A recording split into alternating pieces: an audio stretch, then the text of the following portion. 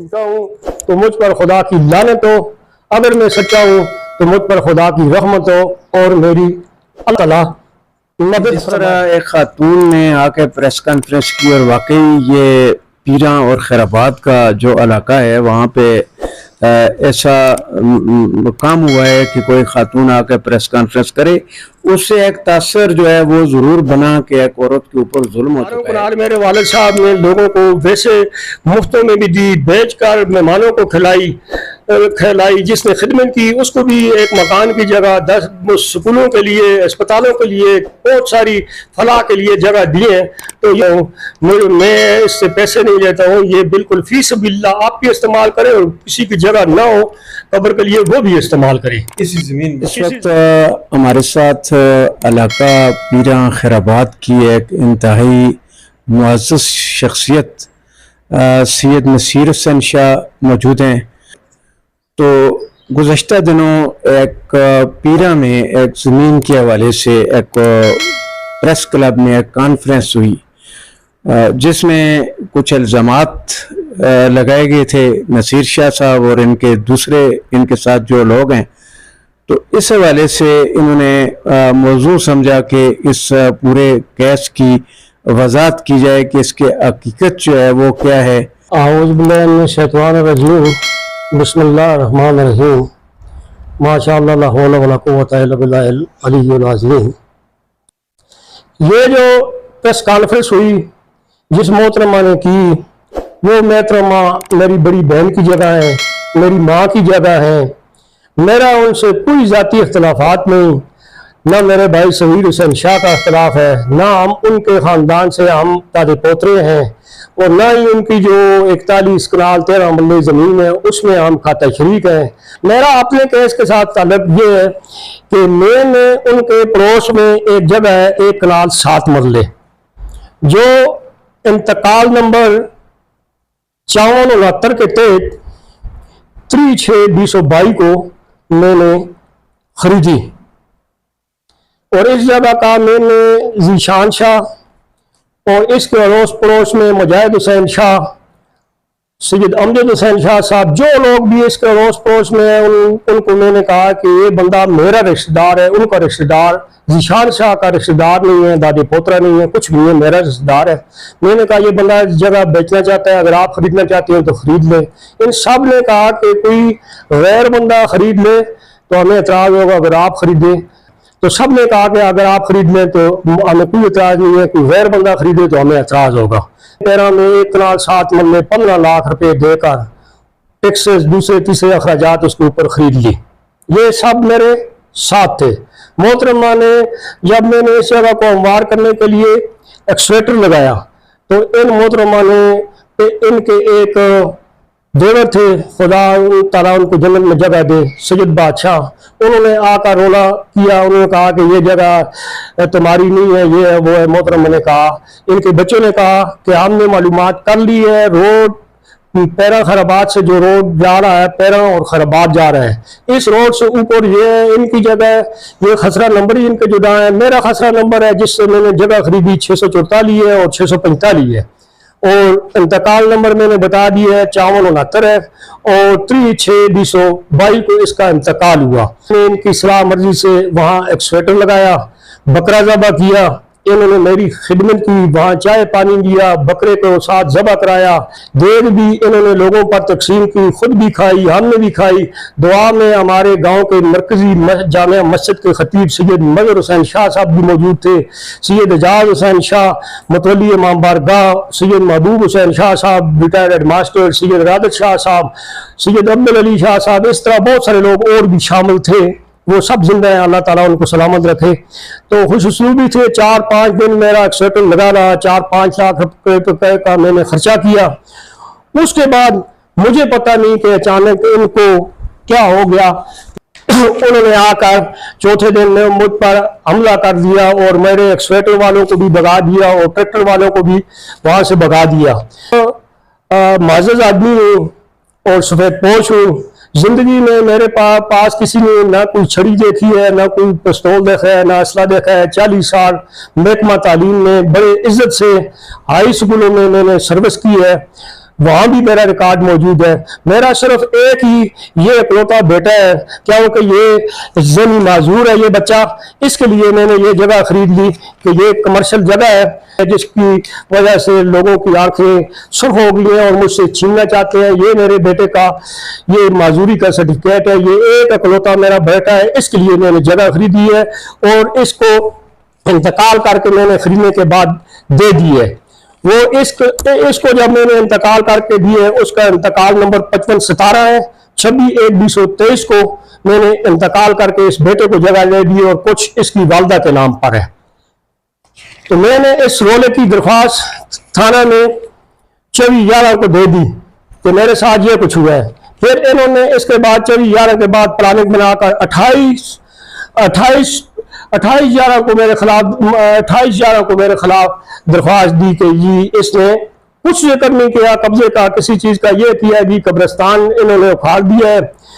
और उसके साथ ये मेरे करीब रोड से नीचे ये खसरा नंबर 643 है, इसमें इनके तमाम दिन वारसान का, ये अपने वारसान का नाम ले रही हैं। मेरी बहन है, मेरी माँ की जगह पर है, इनके नाम है, ये इनकी जमीन है 40 कनाल। मुझे नहीं पता इसमें किसकी कितनी है, इनकी कितनी है, उनकी कितनी है। इसके फर्ज लगाकर मेरे नंबर खसरे पर मेरी जगह पर दरख्वास्त दे दी कि इसने कब्रिस्तान उखाड़ दिया है, हमारी जगह से हमारा कब्जा है, क्योंकि मेरी जगह पर तो इनका नाम नहीं है। और मैं कानून की तरफ जाता रहा। फिर मैंने उसके बाद दोबारा फिर एक दरखास्त मैंने DPO साहब से मार करा के 15/12 को एक थाना में दरखास्त दे दी, उसका रिकॉर्ड भी मौजूद है। उसके बाद फिर मैंने जब इन्होंने 6/7/2023 को मेरी जगह पर कब्जा करने की कोशिश की, मेरी मक्की वहां बोई हुई थी, उस पर हल चलाने की कोशिश की, कब्जा करने की कोशिश की, तो मुझे किसी बंदे ने इतला दी कि जी आपकी जगह पर ये कुछ हो गया। मैं मौका पर गया तो वहां सैयद पीर बादशाह और उसको उनका भतीजा इमदाद हुसैन शाह, ये 3-4 जो लोग हैं, उनकी थाना में भी गवाही लगी हुई है, ये मौजूद थे। मेरा इनके जाती मामला से कोई ताल्लुक नहीं, लेकिन सिर्फ मैं सच की बात पे मेरी जान भी जाती है तो चली जाए, क्योंकि मेरे वालिद साहब मरहूम सैयद मीर हसन शाह का रिकॉर्ड मौजूद है कि उन्होंने हक सच की खातिर हमेशा अपने बेटों के खिलाफ भी हक की बात की है, अपने भाइयों के खिलाफ भी हक की बात की है। जब हक आ गया है तो सच किया है, तो मैं भी सच्ची बात करूंगा। पीर बादशाह एक मजहबी आदमी है, बुजुर्ग आदमी है, दीनदार आदमी है, इलाके में बहुत बड़ी इज्जत है और हक सच करने वाला है। उसने इनको मना किया, उसके ट्रैक्टर से मेरे प्लाट में 7/6/2023 को हल चला रहे थे। उन्होंने कहा उसकी मक्की यहाँ बोई हुई है, तुम क्यों उसकी जगह पर हल चला रहे हो, क्यों कब्जा कर रहे हो। इस वजह से उनका झगड़ा हुआ। तो वो लोग जो मौका पर मौजूद थे वो मेरे गवाह बन गए। तो अब शायद ये प्रेस कॉन्फ्रेंस के नाम जाती मामला का मुझे पता नहीं, लेकिन ये इसलिए भी की होगी कि ये गवाही से मुनकर हो जाए, गवाही न दें या कोई और मसला हो। बाकी मामला से मेरा कोई ताल्लुक नहीं। ये मैं जरूर कहूंगा कि वो एक अलग कहने वाला आदमी नहीं है, सच बात करने वाला है। अभी जिक्र किया कि इंतकाल नंबर फलां के थ्रू ये ज़मीन आपने अपने नाम मुंतकिल करवाई, 1 कनाल 7 मरले, और फिर इस दौरान में जो खाता शरीक, बना शरीक और जिन लोगों को कानून जो है शुफा का हक देता है, तो किसी आदमी ने कोर्ट में जाकर शुफा किया इस दौरान किसी बंदे ने कोई शुफा नहीं किया, कोई शुफा नहीं किया। हो ही नहीं सकता था। ये जमीन ऐसी थी कि इसमें बना शरीक, खाता शरीक कोई बंदा था ही नहीं। ये तिमा कटा हुआ है, इनकी जमीन से रोड जा रहा है, इसलिए किसी ने कोई शुफा नहीं किया। अच्छा, इस बाबत में एक बात क्लियर करना चाहूँगा कि जिस तरह आपने जिक्र किया और दूसरी जो वो खातून है उनकी कॉन्फ्रेंस भी हमने सुनी कि कुछ जहर का वो जिक्र कर रही थी, तो ये कब का वाक़या है कि उनके खाने में जहर मिलाया गया? और मतलब अभी हालिया दिनों में तो आपकी ये ज़मीन का मामला है, तो उस बारे में आप कुछ जानते हैं, ये कब का वाक़या है? जी, मैं चूंकि गाँव में रहता हूँ, मुझे दाल पकाने का या कोई सब्जी पकाने का किसी और बात का तो इल्म नहीं हो सकता है, क्योंकि वो तो उनका एक खानदान है, दादी पोतरे हैं, चाचा भतीजे का मामला है। मैं दूर रहता हूँ। सिर्फ मुझे ये इल्म है कि उस वक्त गांव के तमाम लोगों को इल्म है कि ये इनके घर वाले जो थे ये बकरियों का काम करते थे और नरां कावान में गए हुए थे। तो वहां पर उनके साथ कोई हादसा हुआ और ये कब की बात? ये तकरीबन 10-12 साल तो हो गए होंगे उनके कब्रिस्तान में बात होगी, 10-12 साल हो गए। और उधर तो कोई मेरे ख्याल में कवान थाने में इसका रिकॉर्ड भी होगा कि जिन लोगों पर वो कोई और लोग थे गैर सादात थे, इनके घर के नहीं थे, उन पर FIR काटी गई होगी या जो भी कुछ हुआ। जो 1 कनाल 7 मरले जमीन है, इसमें जब आप कहते हैं कि ये थोड़ा सा तनाज़ा सामने आया कि इसमें कब्रिस्तान जो है उसको मुतासर कर दिया है, तो उस हवाले से फिर क्या जवाब आपने उस वक्त दिया? उस हवाले से मैंने ये जवाब दिया, ये दरख्वास्त मेरे पास पड़ी है जो उन्होंने कब्रिस्तान पर दी। मौका पर एक जो उस वक्त एडिशनल SHO था शौकत नाम, वो गया, उसने लोगों से पूछा कि ये क्या मामला है, क्या सिलसिला है। तो लोगों ने बताया जिस खानदान की कब्रें, इनके खानदान की कब्रें नहीं है। अच्छा, ये जो कब्रें हैं जिनकी जमीन है उनके खानदान की कब्रें हैं, और मेरी वालदा के वो ननिहाल से है। अच्छा। तो उनमें से एक लड़के ने मुझे ये कहा कि मैंने अभी भी कब्रिस्तान के साथ एक मरला जगह छोड़ी हुई है, एक मरला अपनी जाती। तो कबीर हुसैन शाह वल्द सैयद हुसैन शाह के खानदान की कब्रें हैं। उसने मुझे कहा कि आप पैसे ले लें, ये जगह छोड़ दें। मैंने कहा यार, हजारों कनाल मेरे वालिद साहब ने लोगों को वैसे मुफ्तों में भी दी, बेचकर मेहमानों को खिलाई, जिसने खिदमत की उसको भी एक मकान की जगह, 10 स्कूलों के लिए, अस्पतालों के लिए, बहुत सारी फलाह के लिए जगह दिए हैं। तो ये मैं एक मरले से अमीर नहीं होता हूँ, मैं इससे पैसे नहीं लेता हूँ। ये बिल्कुल फी सबिल्लाह आप भी इस्तेमाल करें और किसी की जगह ना हो कब्र के लिए वो भी इस्तेमाल करें इसी ज़मीन में, इसी से। जी बिल्कुल, इसकी वजाहत हो चुकी है कि अभी जिस तरह आपने वजाहत की है कि ज़मीन आपने पैसे देकर अपने एक माजूर बेटा है उसके लिए आपने अभी मतलब कोई तनाज़ा सामने नहीं आया, और अब जिस तरह का बीच में बहुत सारे लोगों का नाम लिखा हुआ है, तो आप क्या कहना चाहेंगे? जिस तरह बल्कि आपने कह दिया है कि वो उस जमीन को हमवार करने के लिए उनका ट्रैक्टर इस्तेमाल हो रहा था, तो उन्होंने उनको रोका और वो आपके केस में गैर जानबदार गवाहान भी हैं, उनके बयानात भी हो चुके हैं। तो मजीद आप इस हवाले से क्या?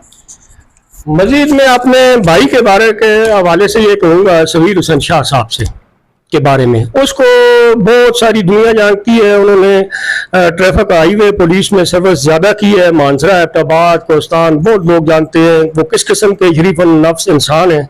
और मेरे वालिद साहब के 2000 में मेरे वालिद साहब फौत हुए और उनके मरने पर गांव के 2-3 हज़ार लोगों ने बोने पर उनके सर पर पगड़ी रखी और उन्होंने अल्लाह की मेहरबानी से उसकी लाज रखी है। हमेशा अच्छे कामों में ऐसा लिया है, बुरे कामों में नहीं लिया। तो ये बात तो ज़रूर है कि उन्होंने पुलिस में सर्विस की है तो उनकी तो सलाम दुआ भी होगी, सब कुछ होगा। लेकिन उन्होंने मौका पर जो मौजूद लोग थे, सैयद अब्दुल अली शाह, अनायत हुसैन शाह, दूसरे लोग थे, उनके सामने थानेदार को कहा कि मेरा भाई अगर अनाक पर हो तो इसके खिलाफ कार्रवाई करनी है, अगर ये हक पर हो, मजलूम हो तो इसकी जो दादरसी है वो सुननी है। पटवारी साहब के पास किसी साहब से दरख्वास्त मार करा कर के पास गया, उन्होंने ये रिपोर्ट में आपको दिखाता हूँ, उन्होंने ये लिख दी कि इस ज़मीन में नसीर हुसैन शाह, उसकी बीवी और उसके बच्चे के बगैर और कोई मालिक नहीं है, जीशान शाह वगैरह मालिक नहीं है। ये मैं दिखाता हूँ। ठीक है, दिखाएं, हम उसमें ऐड कर देते हैं। इस बात की वजाहत कर दूं कि ये कहते हैं कि कब्जा हमारा है। कब्जा होता है कागजात में, ये कागजात है, ये खसरा गिरदावरी है, ये आप जरा देख लें, ये खसरा गिरदावरी है। इसमें कब्जा जो है ये फुट कास्ट है, मालिक का कब्जा लगा हुआ है। तो और इससे पिछली जो फसल है मक्की की फसल, वो मेरी तरफ से अज़ादार हुसैन शाह ने उस जमीन में काश्त की पिछले साल, और फिर जो गंदम की फसल थी वो मेरी तरफ से सैयद आरिफ हुसैन शाह ने काश्त की।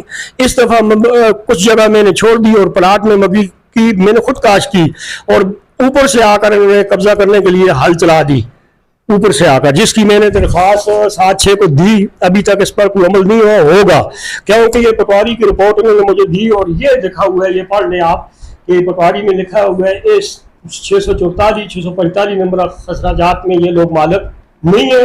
और ये मेरा लिखा हुआ है, ये मैं और मेरी बीवी, ये हम लोग इसमें मालिक है, हम लोग इसमें मालिक हैं और ये इस नंबर खसरा में मालिक नहीं है।